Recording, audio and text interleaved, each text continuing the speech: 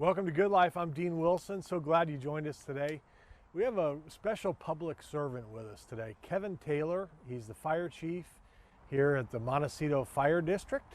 He's got some amazing stories and insight. He's a great guy. Kevin Taylor, Good Life is next.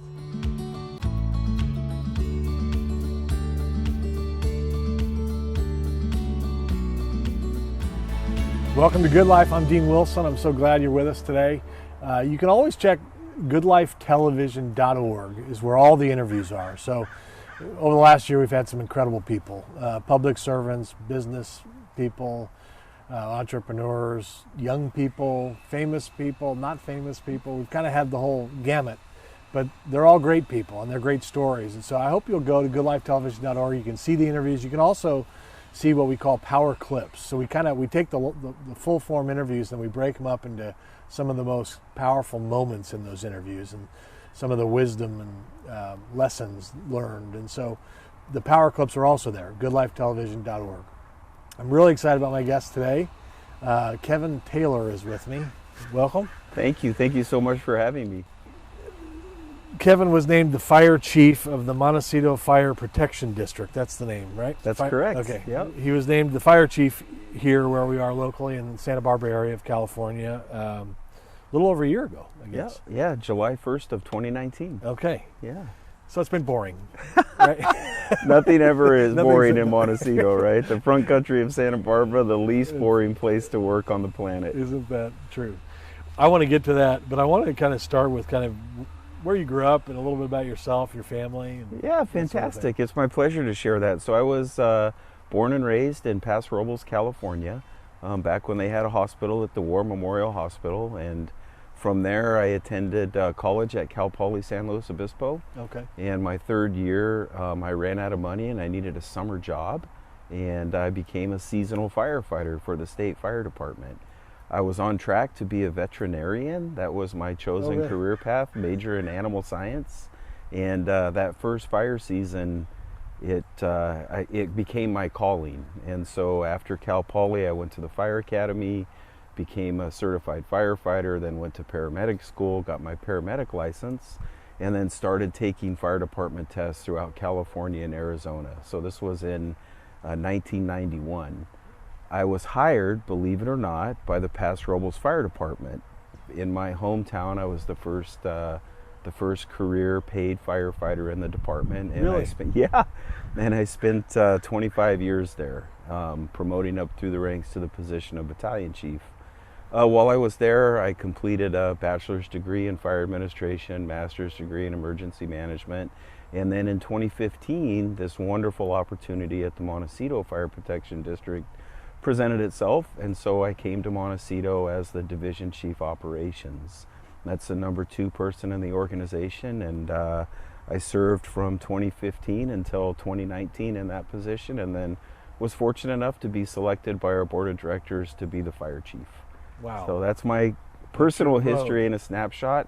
I would be very remiss if I didn't mention 2 people, though, the most important people in my life, and that's my wife, Jo, who was an emergency room nurse. We've been married for 29 years. Wow. And then my son, Jake, who's a 23-year-old school teacher at a local Catholic school. Wow. Jo and Jake. Jo and Jake. How great. Yeah, it's a J theme.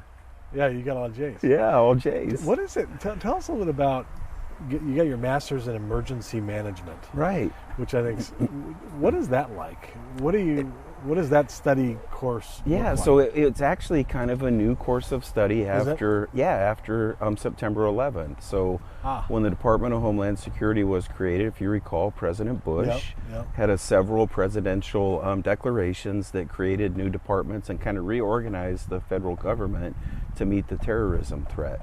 One of the things that he did internally on the domestic side was increase the preparation of local governments to respond to these catastrophic events. Okay. Pretty much modeled after California's system. And so the Masters of Emergency Management focused on how local, state, and federal government interacts together during large disasters. So you can imagine, spend a lot of time studying things like Hurricane Katrina, the nuclear disasters in Japan as a result of the tsunamis. Right. A lot of stuff on cyber terrorism, and then just general terrorism. Very, very interesting course of study. Very glad that I chose that as opposed to like public administration or something along those lines. Yeah. Yeah. I mean, in one sense, it's tough stuff to have to learn about. I mean, but you all are the ones who respond. Yeah, it's super important, and it really, I have to tell you, it paid off during the Thomas Fire and the debris flow, right? Because you know how to interact in the various levels of government to help get your community what you need. And the most important thing, we exist to serve the community, the Montecito Fire Protection District. That's the only reason that we're here, is to serve our community. Right. When we have an event that size, obviously that's well beyond the scope of our ability to handle by ourselves. Right.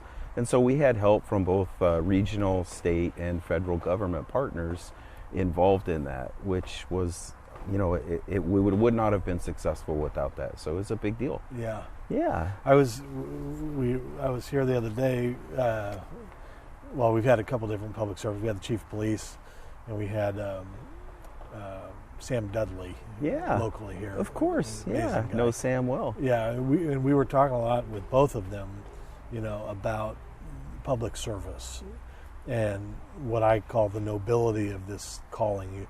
You said you had a calling, which I think is, I kind of think that's maybe the only way you survive in your business is if you have a calling, because it's, you guys are responding to the most difficult situations that happen in our society. I mean, nobody calls you with good news. No. It's a problem. It's a crisis. It's a disaster. So I have two questions. One is, what's that like? I mean, in terms of being in a profession where you wake up every morning and you just don't know what you might be facing. And then number two, what would you say to young people who might consider this noble profession? Yeah, both great questions. I guess most importantly, you wake up each morning not knowing what you're going to face. That's part of the draw of the job. Mm-hmm. In other words, you have all this training, education, and experience that is locked and loaded, ready to be applied to whatever situation presents itself. And that's incredibly challenging, right? I always describe the firefighters as coiled springs. Right? They're coiled, they're ready to be released, to jump into action to solve that person's problem. When we interact with community members, it's their worst day. Right? They've called us because they're having their worst day, and it's our job to go respond and make that day just a little bit better. That might be by our paramedics performing some life-saving treatment on a person.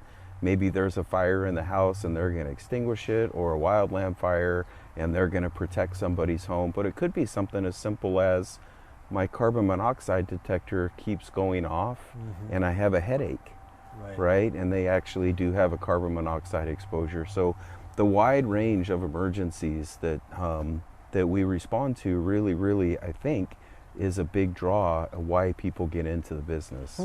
And each time that they respond to that, there's a person involved. Right? So it's people. And there is no, in my mind, there's nothing better that we can do for each other than to help each other. Right? It's all about, we're all in this together, right? None of us survive any of this thing called life on our own. So that's what I would say to the younger generation is, think of all the things that you've accomplished, or at least tried to accomplish in your life, and look around and see who helped you to do that. That person is just like a firefighter. They existed to help you just get one little rung higher or a little bit further along, or they were interested in your success, because none of us do any of this alone. When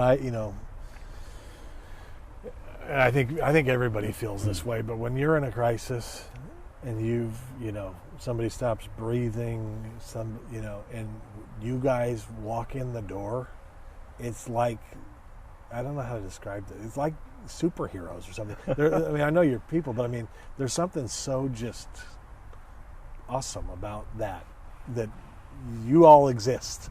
That on my worst day, that you guys are going to walk in the door and save the day. I mean, you say make it a little bit better. That's true, but sometimes you make it a lot better. I mean, you save somebody's life, you save somebody's house. I mean, it's big stuff. It's big and it's meaningful. It's also an awesome responsibility. Right. Right. Imagine the firefighters sitting at the fire station right now. They're involved in, well, it's lunchtime, but as soon as lunch is finished, they have a 2-hour training event. And they're preparing for one of the 100,000 different things that they may face during their shift. Right. So imagine that newer firefighter who's been on the job, say, 2 years. The things that must be going through his head. I can tell you, when I think back in my career, when I'm sitting there at that training event going, I wonder when the next time I will be called upon, or we as our team will be called upon, to actually perform this task. Because it's not pass fail. It has to be 100% every time, right? We don't grade on a bell curve. Right. It's not, you can't kind of help somebody start breathing again. Right. You have to get 100 on that test, right? We used to joke in paramedic school, the passing grade was 95 or higher on all the written tests, right? And so it was 95, stay alive, 94, out the door. But when you sit and think about that for a second, the paramedic that's helping you want them to have that 100% of the knowledge, right? Yeah. Not 95%. Right. So that's kind of the level of expectation. It's, hey, we can always get better. We can always do a better job for the community member that needs our help. So good. Yeah. And it is such a noble profession. I hope young people are watching consider this, because it seems like everybody I talk to in your profession or law enforcement, when it is their calling, it's a rewarding deal. Yeah, you mentioned Lori. I assume that it was Lori Loonhow that you had on the show, the police chief. What a wonderful human being, right? Yeah. She exists only to serve others. Yeah. Only. That is absolutely her attitude and her position in life. Yeah. Such a, I love interacting with her because she's very, very motivating. She is. It reminds me why I'm in public service. Yeah, we had a great time with her. She's fantastic. I want to get to the Montecito mudslides in a second, but sure. But before that, and we did talk about this with I think with Laurie as well. But how do you deal with, and how do you help your team, the people that you're charged with, in terms of taking this stuff home, the stuff you see, the trauma, the death, the how do you deal with that emotionally, and how do you help your people do that? So I guess I'll start by saying a lot better and more effectively than we used to. So when I started on this job, the common message was, that's what we do, suck it up, get back on the engine, and get ready for the next emergency, right? Hey, and if you can't take it, you're not cut out for this profession. You should start looking for something else. Fortunately, probably in the last decade or so, there's been an awakening in our profession and law enforcement kind of side by side in, hey, this is a very important member of our team. Every member of our team is equally important, and we need to develop a support system so that when we have a problem, and by the way, the data says 66% of our employees are going to have a problem as a result of everything that you just described. We need to have a mechanism in place to help them. So locally, we have something called At Ease. I'm sure Lori talked about that. That's this wonderful program that we all contribute to, started at Santa Barbara Police Department, that allows for confidential contact between the employee and a mental health professional. So that's the first thing that we've started to participate in. Secondly, and equally important, we have something called a peer support team. So these are in our department, there are 6 of them. We have 47 members total. 6 of them have received extra training that provides them with the tools necessary to, on a peer-to-peer basis, help our firefighters that are struggling mentally or spiritually.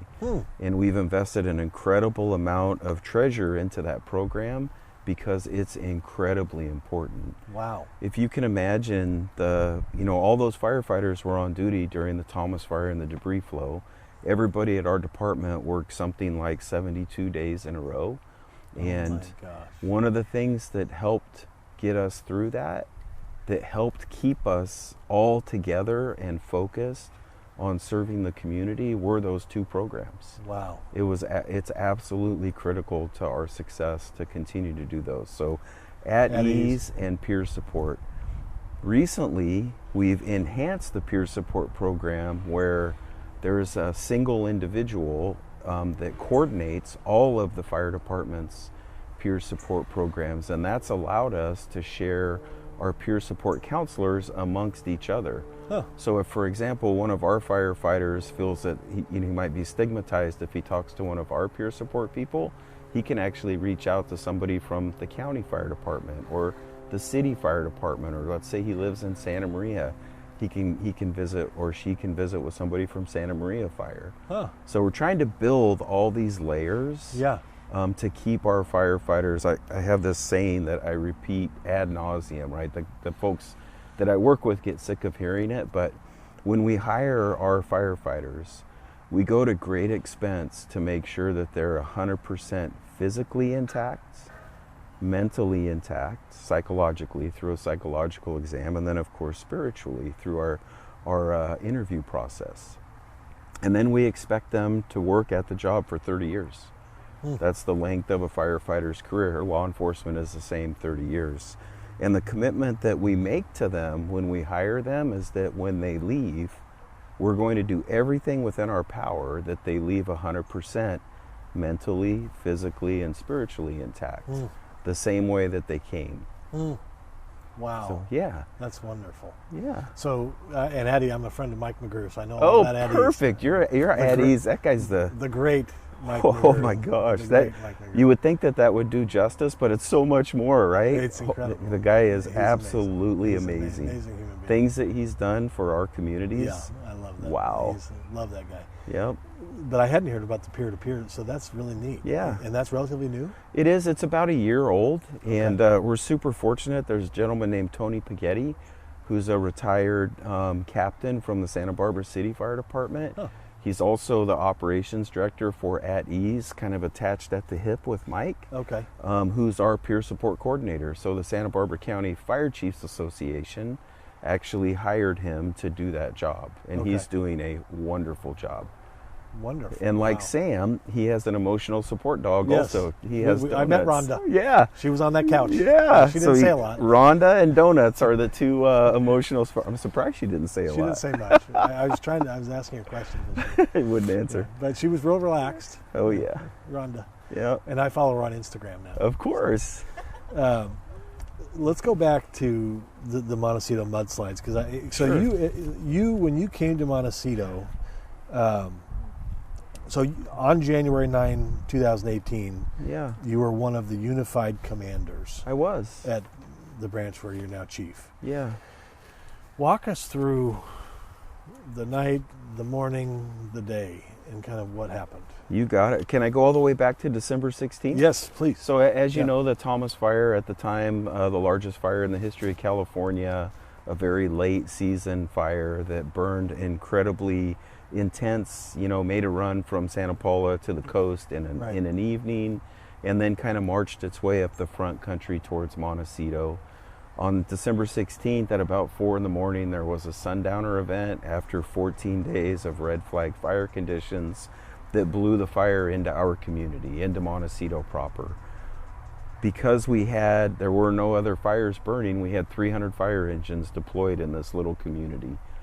They were able to save almost every home. Only 7 homes were lost during the Thomas Fire, which is an incredible effort, right? We were so incredibly proud of all of our mutual aid partners. But we very quickly realized, matter of fact, Sunday morning, that while we had great success in protecting the community from the fire threat, we were at great risk for debris flow, right? In other words, you knew that. We knew that, yeah. And the challenge when you have the steep topography that we have, and then the alluvial plain that creates these beautiful ocean views, right, is that was formed. The way that it got to be that way is throughout the eons there have been debris flows, and they always follow fires, obviously. So we had our very first planning meeting on December 17th. very first staff meeting on the topic the day after Christmas at 0800. I wasn't the most popular guy because most staff people take the day after Christmas off, but a very engaged group, and we started planning for how we would protect the community from a debris flow. We came to the realization very quickly that that's not a thing. There is no way to protect, short of an LA River solution, there is no way in 2 weeks to protect a community from a debris flow. So we started doing training. We learned all about debris flows. We learned about the weather that causes them.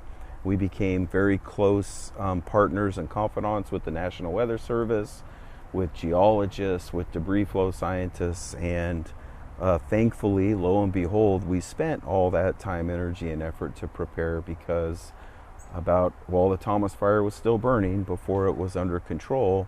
4 days before the debris flow, there was that ominous weather forecast that said, you're going to get this, and here's what it's probably going to cause. What was the forecast? The forecast was, it's where a train of storms comes through. They have a Pineapple Express. Oh, okay. So it's a train of storms that come through, gathers moisture in the channel, so from the islands to the mainland, and then has high-intensity, short-duration rainfall. And high-intensity, short-duration rainfall is the triggering event for a debris flow. So at any rate, pre-debris flow, we activated our incident management team. I was one of the incident commanders of that, and we brought about 200 firefighters on duty. So local firefighters, we brought water rescue people up from Long Beach, so from throughout the state, they were here on the 8th. On the 8th. Yeah, and so they spent the time in the community on the 8th learning where the risk areas were and those sorts of things. So that if something happened, they could be very quickly deployed. And as we all know, January 9th, I forget, 3:20 or something along those lines, there was a cell that came through the front country and sat right below the Camino Cielo and dropped 9/10 of an inch in 5 minutes and caused that catastrophic event that unfortunately devastated our community and took with it 23 of our most prized possessions, right? The firefighters that were on duty, the rescuers that were on duty, they were immediately deployed. On the 9th, there was a little over 800 contact rescues, about 100 helicopter rescues, and I guess the rest is kind of history. Yeah, a very difficult day. Where were you? Well, I was at the Incident Command Post. So we had set up the Incident Command Post at Earl Warren Showgrounds. And it was myself, there was an operations section chief there and a liaison and the plan section chief. And so in incident management, you have a plan for what you're doing now, and then you have a plan to either send all of those guys home. It's called the demobilization plan. So that means nothing happened, right? And they can go home. But you also have a plan for how you will reinforce that response if the worst case happens.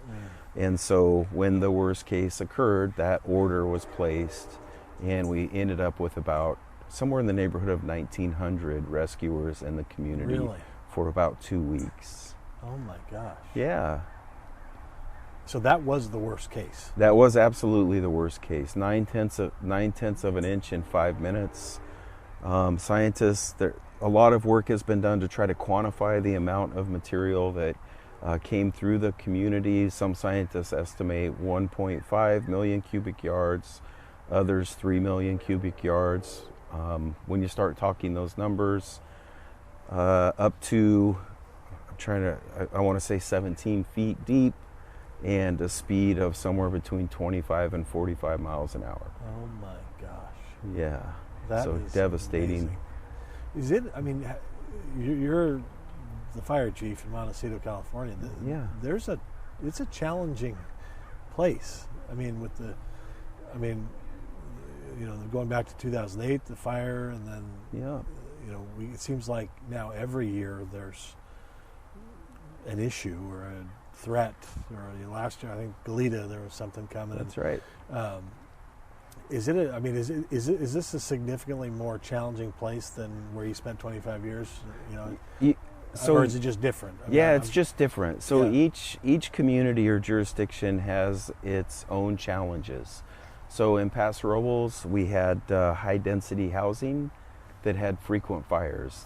So there's a significant life risk in that, right? But it's just one building that's densely packed. In Montecito, we have this beautiful front country, right, where you go from sea level to 3,800 feet in 4 miles. And in the middle of it is our gorgeous community that's just layered in this kind of flat area that has perfect weather, right? The American Riviera, we only have one season, it's beautiful. Right. But there are these moments, right? Because we also have sundowner winds, which means like in 2008 and 2009 and that we're at risk for these substantial fires, right? That a very small fire just runs to the ocean, pushed by a 70-mile-an-hour wind. So that's a big deal, right? And then our second hazard is because of the steepness of our topography and the way that the mountains lay, when that fire occurs shortly after it, there's going to be a flood. It might not be like the 1/9 event, but there's for sure going to be a flood. And it's going to include rocks and boulders and cobble, and it may stay in its conveyance method, the little riverbed, or it may come out.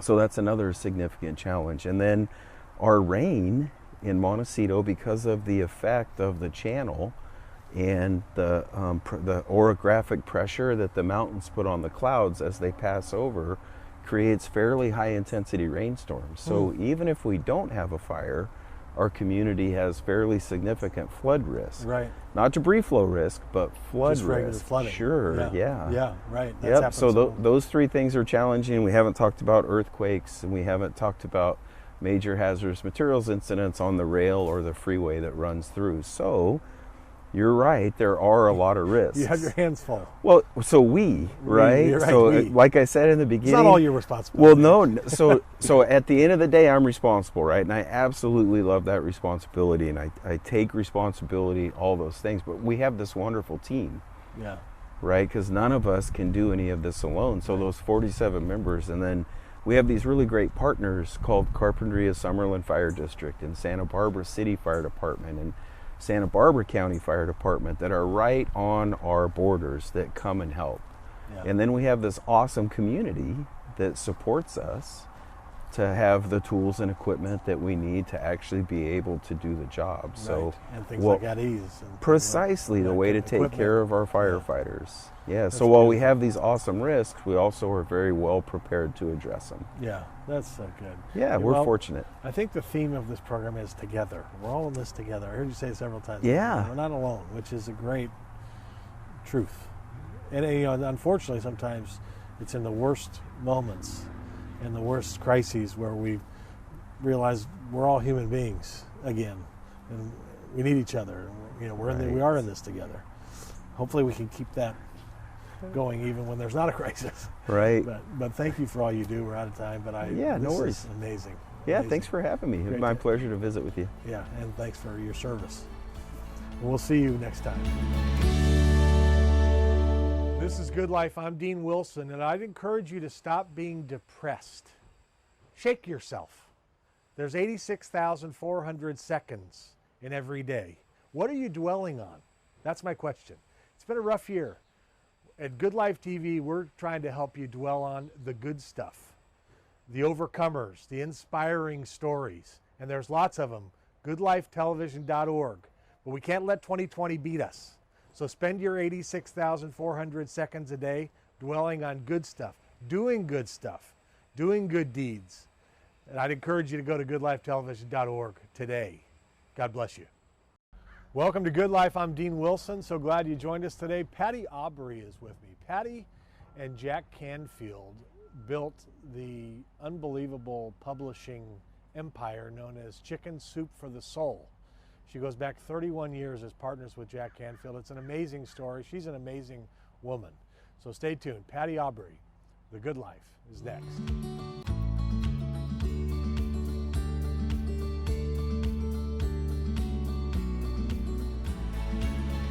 Welcome to Good Life. I'm Dean Wilson. I'm so glad you're here. So glad you're with us. You can always go to goodlifetelevision.org where you can see all the full interviews we've had. We've had some amazing people over the last year. Famous, not famous, builders, entrepreneurs, overcomers, people doing great nonprofit work, young people, It's been a lot of fun, so you can see them all at goodlifetelevision.org. And we also have what we call power clips, where we kind of break up the full interviews into some powerful moments from those interviews. So I think you're going to love it. goodlifetelevision.org is where it's at. And I'm really excited about today's program. Patty Aubrey is with me. Patty, welcome. Thank you. Patty is, I was reading about you last night a lot. I would describe you, I mean, you're an executive, you're an author, lots of things, but I think the word that kept coming to mind is you're a builder. You're kind of a visionary builder. And I always think about, there's dreamers, that sometimes dreamers, at least the picture I have in my mind is sometimes nothing happens. And then there's builders who are kind of like the visionary that executes, where stuff happens. And I got that sense about you when I was reading about you. So congrats on your career and all the work you've done. Thank you. Patty's been the president of the Canfield Training Group, and for 31 years she's partnered with Jack Canfield and overseen the growth of the publishing industry's first billion-dollar brand, which is Chicken Soup for the Soul, which I want to talk about in a second. I think that's fascinating. And then Patty's done lots of other work in the personal development space, and she's written a new book called Permission Granted, which I also want to talk about. But before we get into the work, tell us just kind of about yourself, your upbringing, your family, kind of where you came from. Well, I grew up in a normal, what we say normal, right? Is there a normal family out there? Right. One of 4 kids, grew up in the San Fernando Valley, so I always tell people I'm an official Valley girl. Yeah. And middle class, just always great mom, great dad. Parents were married for 53 years. Wow. My mom passed away about 8 years ago. And she actually was sort of the catapult for me to go from being the strategist and the visionary to really stepping more into the public, because when she died, she said, promise me that you'll not be invisible. I raised a daughter to be visible, and you need to be seen, and you have a message to share. And it's not just about those 2 guys that you've been building and supporting all these years. So promise me. And so that was kind of the beginning of really kind of saying, okay, what else do I want to do besides run Chickens for the Soul, be Jack Canfield's business partner, and what other kind of impact do I want to make? And I really wanted to cheer women on to really take a stand for who they want to become in life. So, yeah. To characterize, just kind of give us the elevator speech on Permission Granted. What is it, and what are you trying to communicate to women? For me, it's really giving them permission to show up, speak up, and be seen, and to know that to go from feeling invisible to being visible is really something they have to do. And I think so many women are waiting, and even with the whole Me Too movement and everything else, it's like it's not up to some man to read your mind. If you want something, you have to really articulate what it is. You have to say it out loud, and then you have to be willing to receive that too, and be willing to feel that you're worthy of receiving that. And so it's really all about just stepping into what God wanted you to be anyway. Yeah. And stop waiting and start stepping. Wow. And so that's really my mission. Wow. And you've been before this book, I mean, you have a heart for women. I mean, that's been an interest of yours. I do. Yeah, I do. I think growing a publishing company with 3 men. I would say 2 men and a baby. The baby being my publisher. Okay. So, but being the only real female in that, at the top really was a place that, I don't know, I just didn't have any real female mentors.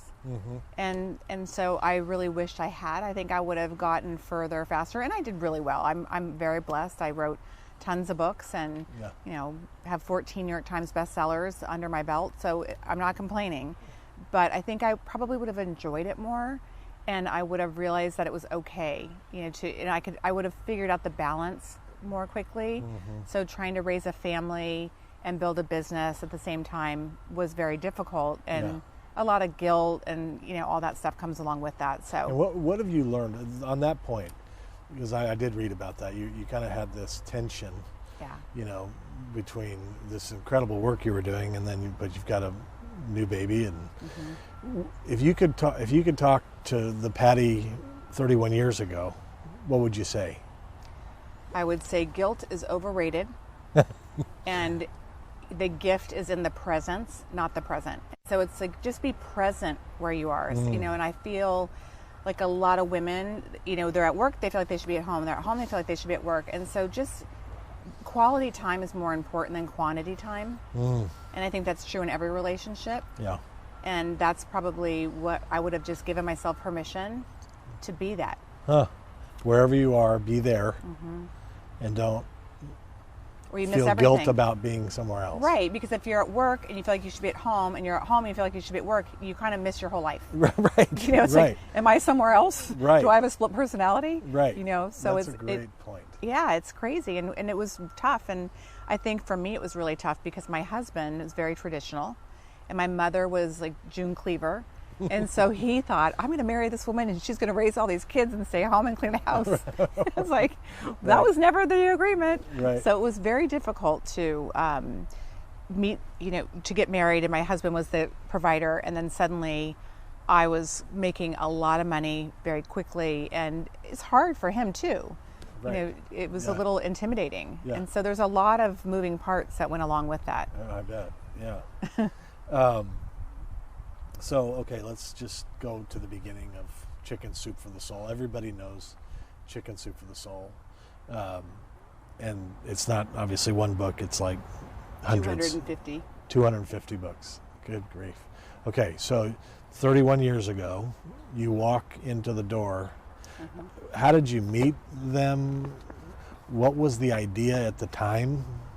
So I actually was living in Santa Barbara, Okay. and I was married to my first husband, and I was working in the tech field out in Goleta for a tech company and software. And my husband was also in tech, but he wanted to get into sales, and they wouldn't let him get into sales because they said, no, you're on the nerd side, you're not on the sales side.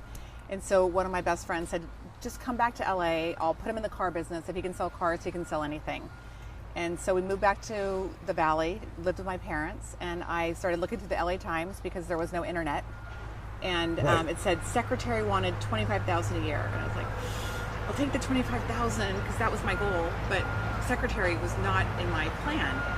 And so I thought, well, it was a lot of money then. So I made the phone call, and I went down. I interviewed with this guy and his wife, and it was this little cottage in Pacific Palisades, and they were doing self-esteem in the classroom. And so I went to the interview. I didn't really understand what they were talking about. It was a little bit more on the woo-woo side. And I came home and said to my parents, yeah, I met with this guy, and I showed my dad all the materials. He said, that guy's a hippie. And I didn't raise you to work for a hippie. But I didn't get the job anyway. He didn't hire me. He wanted somebody that had more experience in the hotel business because they were doing kind of weekend workshops on self-esteem and teaching teachers. And so about 3 months later, he called me and said, you know, I think we should really meet again. I have this feeling that we're meant to work together. And I said, well, for 30. Price went up. And he said, okay, well, come and see me. And so I thought, well, he's nice, he's easy. Who knows? Maybe 30 will turn into 300, 300 will turn into 3 million. Right. I was a big dreamer. You know, I was 24 years old. And so that was 31 years ago. Yeah. And it was Jack Canfield. And I didn't know who he was. I didn't care. He was really into just wanting to make a difference and wanting to teach self-esteem because he really felt that if you had self-esteem and self-confidence, you could do anything, which is true. And I was all about the money. I said, well, it's good. You want to make a difference. I want to make money. Together we'll be better. And just call me shallow, you know. Right. And so anyway, we started working, and then about 9 months in, he came to the office one day and said, you know, everybody always asks me when I tell stories from stage if I have them in a book. And I always tell them they're on my Nightingale Conant tapes or they're on my career track tapes. But a lot of the women that were there would say, I don't listen to tapes. I'm in and out of my van. You know, I'm dropping the kids off. I'm going to the market. I'm cleaning the house. And he said, I think God's telling us to put these stories in a book. And I said, okay. I didn't have an opinion. Thank God. I was too young to have an opinion. Right. Today I'd be like, what are you talking about? Right. Right. So we started working on it, and we worked on it from 1989 we got published in 93. And it took a long time to get published because nobody wanted us. And so we got with this little publishing house out of Florida, and they were doing about $7 million a year then. and we had to guarantee 20,000 books sold, or we had to buy them back from the publisher. Really? But everybody had turned us down, so we're like, we're going to do this. We're visualizing. We're using all of our tools, and so we Wow. did it, and we hit a bestseller list in '95, maybe end of '94. So it took us about 18 months to hit #1 in the New York Times, and then from there, we literally just had an extra page in the back of the book, and so the publisher said, "What would you like to put there?" You have a blank page. And I thought, nothing, I'm just glad the book's out of our life. And Jack said, well, let's ask people if they have stories. And so we said, if you have a story, send it in. And that just became this tidal wave over time of stories. The poor postman would have to come upstairs. We moved into a real office at some point. He said, can you guys move downstairs? Just the I don't want letters. to carry all these letters. Sometimes we would get 10,000 letters in a couple weeks at a time. Oh my gosh. Yeah. And you read them all. Oh, yeah. So 89 you start, you publish in 93, and 95 it's a New York Times bestseller. How did it catch? Like what happened in 93, 94 where it caught?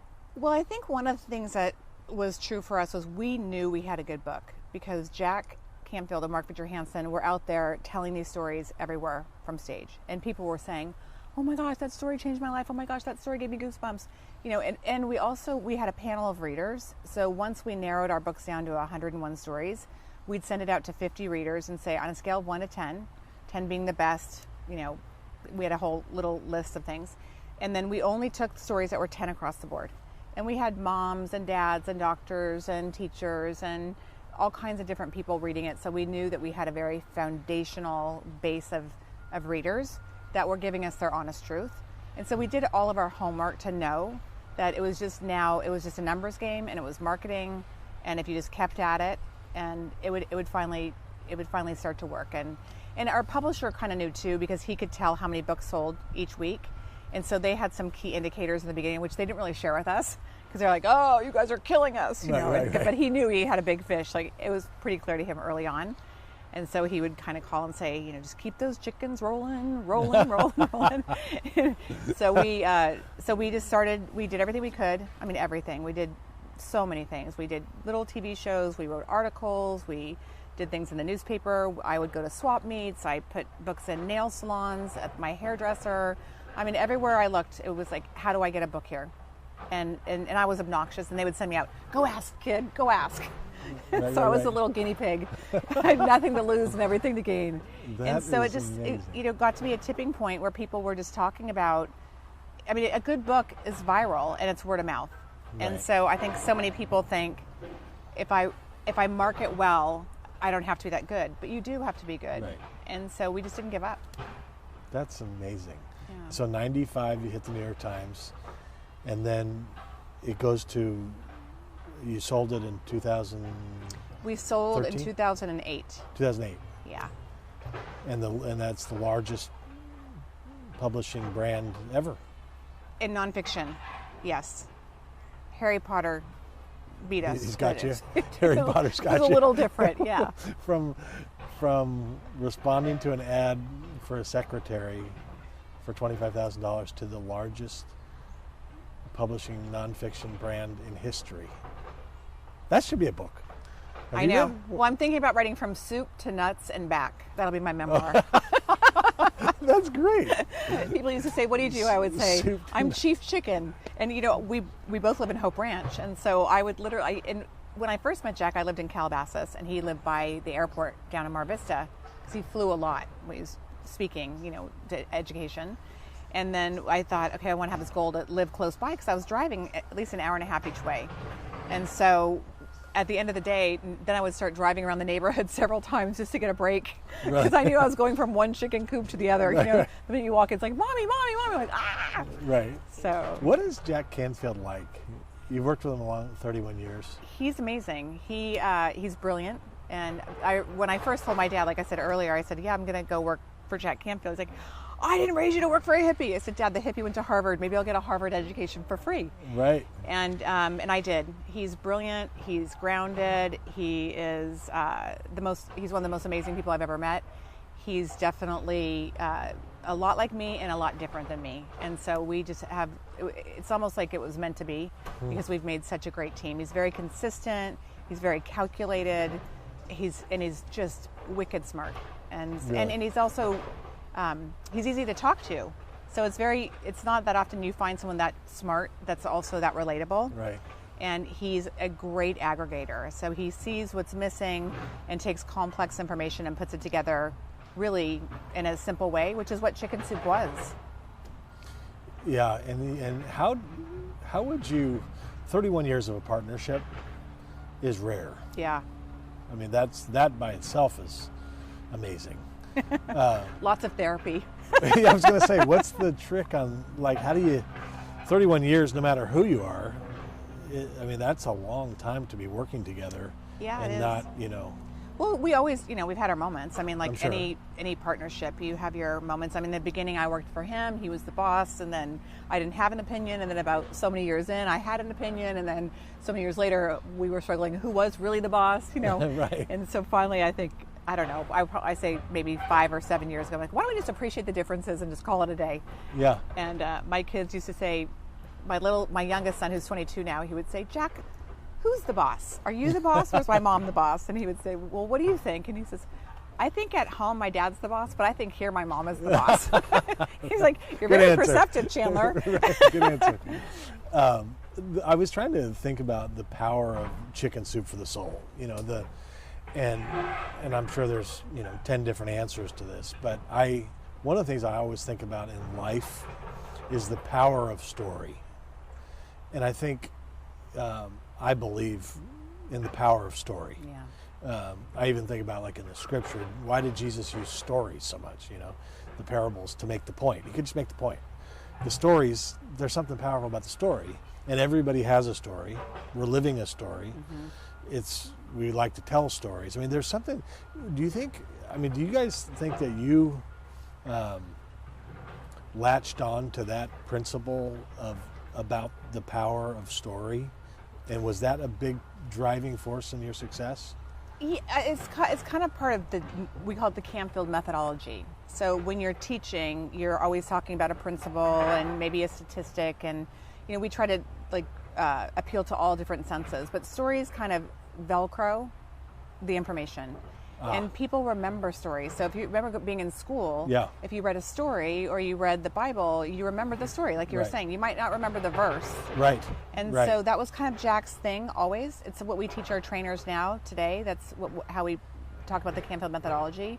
And so stories meet you wherever you are. So if I can relate to a story at 30 about Chicken Soup for the Expectant Mother's Soul, which I did, I can read it today and have a different perspective, having a 22 and a 25-year-old, and I have more. I might have a different feeling around it, but I can still relate to it. Yeah. And so they always kind of meet you wherever you are, and it's not, and you should do. Right. So it just lets you decide. It's just powerful, and then take it from there. No judgment, exactly. Yeah. And let it land wherever it's going to land for you, and for you it might be different than for me. Right, and that is interesting. So the Canfield methodology, so if you're teaching a principle, you're saying that the story is the Velcro, kind of like that's what sticks. Absolutely. Because they'll remember the story. Yep. That's genius. Point, story, point. Yeah.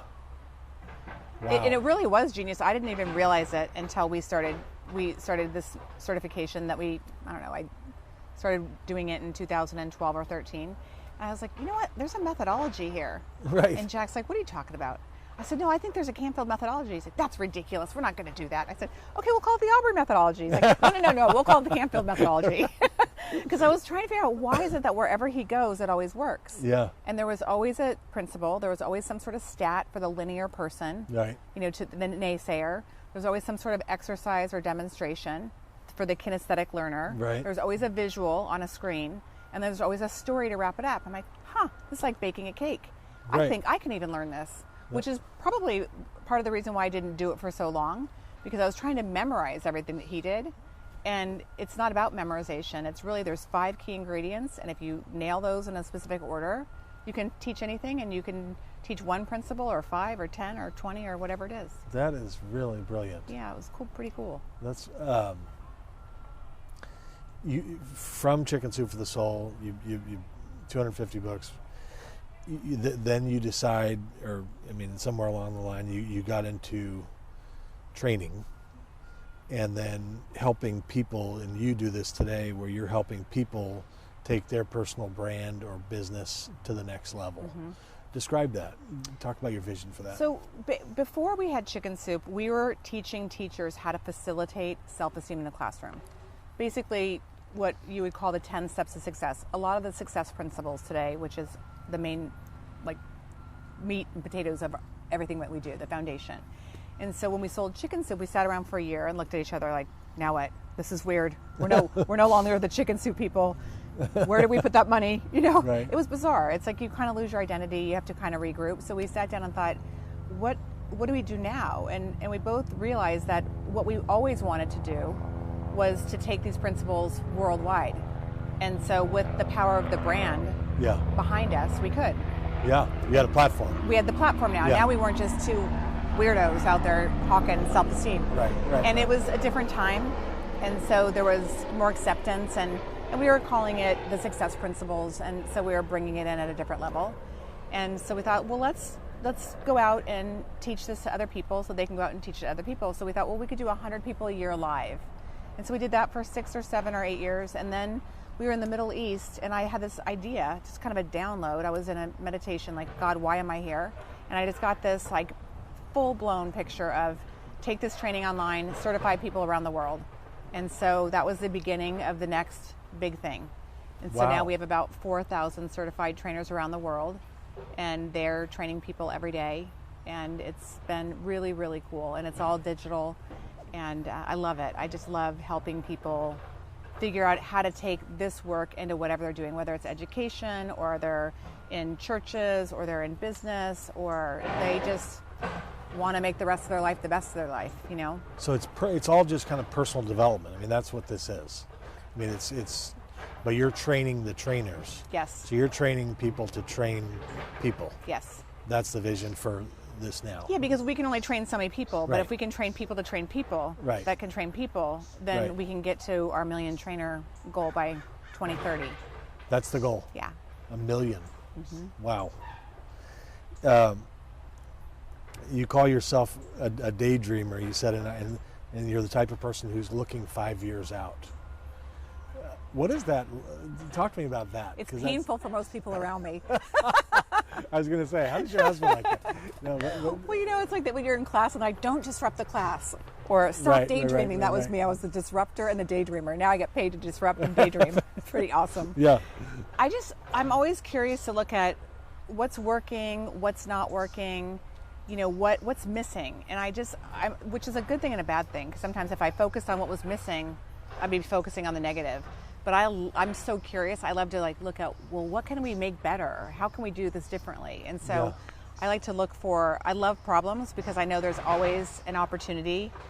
You know, with that obstacle comes opportunity. So what's Right. the solution? Right. And so if there was a solution, what would it look like? And so for me, it's like a game. I'm very curious.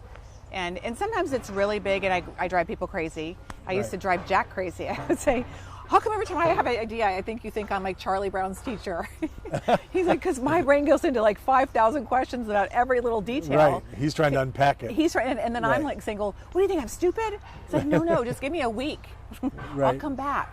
Right. And I'll have it all figured out, and we'll do it together. Right. Which is really, really important, because if it was just up to me, it would be painful for a lot of people. Yeah. Because I wouldn't unpack it at the level that he does. But that's the genius It's of the this genius. partnership. I heard a term the other day. One of the people I listened to said he used the term solutionary. You kind of sound like a solutionary. You know, somebody who's looking out, when they see the problem, they're saying, "What's the solution?" Which I think we need more people like that. To be honest with you. Well, I think we do too. I think in schools we teach you do this, but we never say, well, what would you do? And so for me, it's like, that's why I love to work with young people.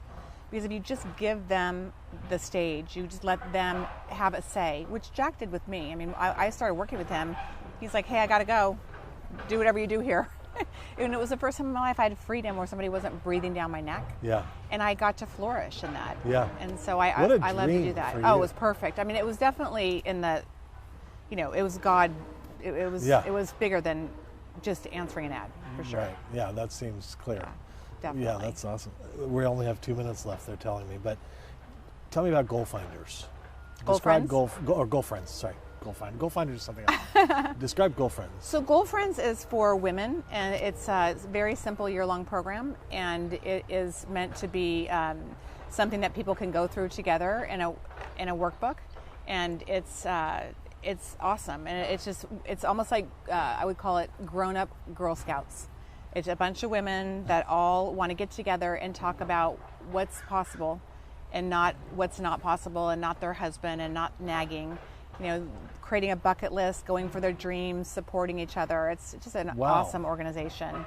Yeah, I love it. And that's something women can go absolutely sign up for? Or Goalfriends.com. Just Goal and Friends, FRIENDS.com. It's out of Raleigh, North Carolina. It's amazing, and there are women all around the world doing it, and it's just really, really fun. It's a great tribe. That is awesome. Yeah, it's great. Goalfriends.com. Yep. This is amazing. I need your help with my life. Are you available? I am. I actually do consulting and coaching. Okay, good. And I live just down the road. Perfect. I need help. This is awesome. It's inspiring to talk with you. Thank you. Thank you. Thanks for having me. Amazing what you've done. Thank you. Congrats, and we'll see you again. All right. And we'll see you next time.